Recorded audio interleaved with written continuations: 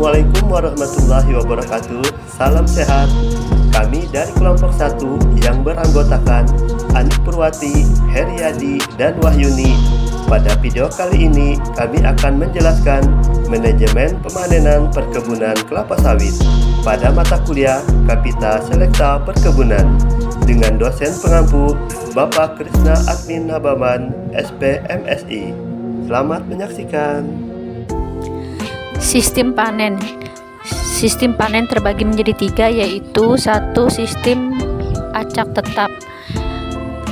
Setiap pemanen melaksanakan panen pada areal yang sama dikerjakan secara rutin, dan pemanen harus bertanggung jawab menyelesaikan sesuai dengan luas yang ditentukan setiap hari tanpa ada yang tertinggal. Apabila pemanen tidak bekerja, maka mandor panen harus mencari penggantinya.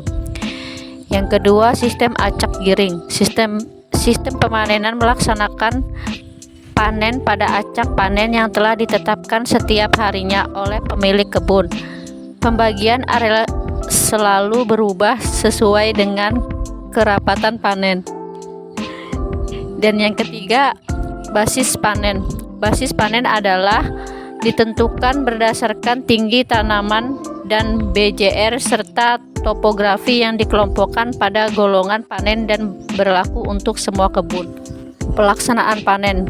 Prinsip dasar dari kegiatan panen adalah memotong tandan matang, mengumpulkan TBS, dan mengangkut ke pabrik untuk seterusnya diolah menjadi minyak sawit berkualitas baik, yaitu mendapatkan rendaman minyak yang tinggi dan asam lemak bebas atau ALB yang rendah, serta memelihara kondisi tanaman tetap baik.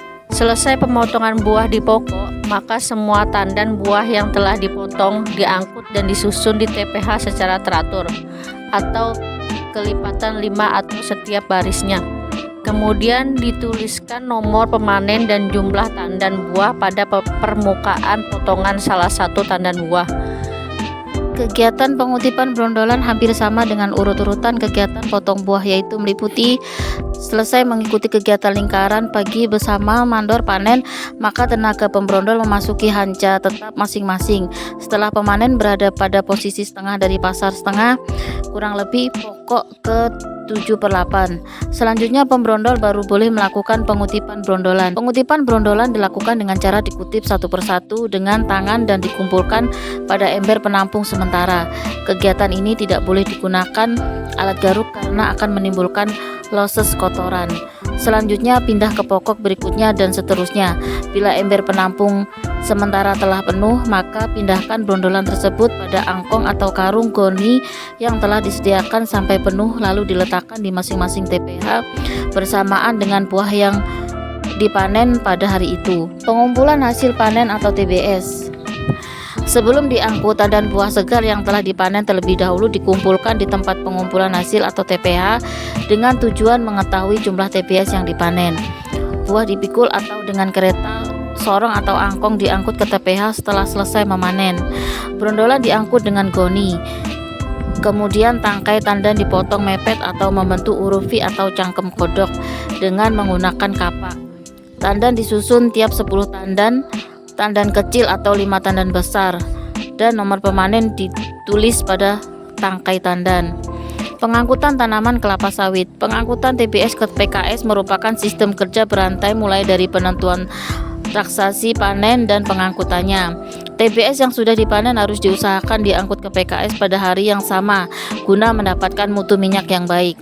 TBS yang baru dipanen harus segera diangkut ke pabrik karena harus segera diolah dan tidak boleh melebihi 8 jam dipanen. Buah yang tidak segera diolah akan mengalami kerusakan. Pemilihan alat angkut yang tepat dan membantu mengatasi kerusakan buah selama pengangkutan. Faktor-faktor yang mempengaruhi kelancaran pengangkutan TBS.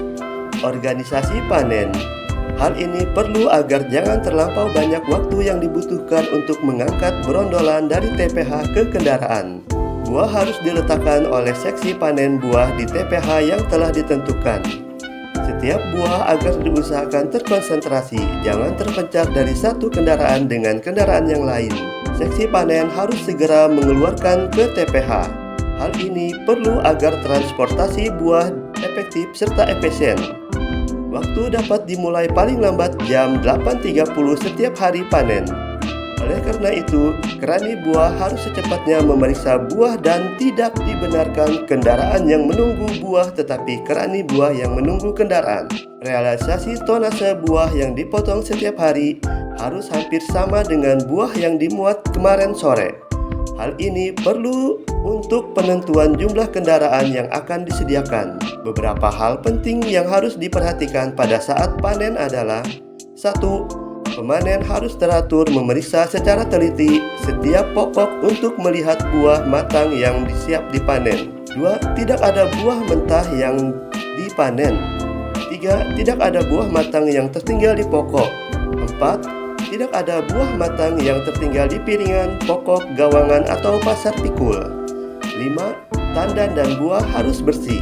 6. Tangkai buah harus pendek, minimal kurang dari 5 cm dari pangkal buah. 7. Tidak ada sisa potongan buah yang tertinggal di pokok. Tidak ada pelepas sengkleh.